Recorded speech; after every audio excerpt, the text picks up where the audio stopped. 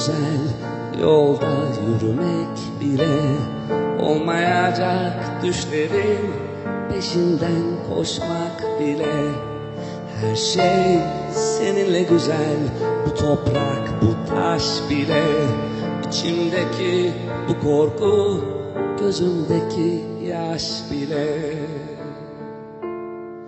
Beklenmedik bir anda ayrılık gelip çatsa, seninle paylaştığım tek bir gün yeter bana. Beklenmedik bir anda ayrılık gelip çatsa, seninle paylaştığım tek bir gün yeter bana. Her şey seninle güzel, duyduğum bu ses bile yalnız içtiğim su değil, aldığım nefes bile.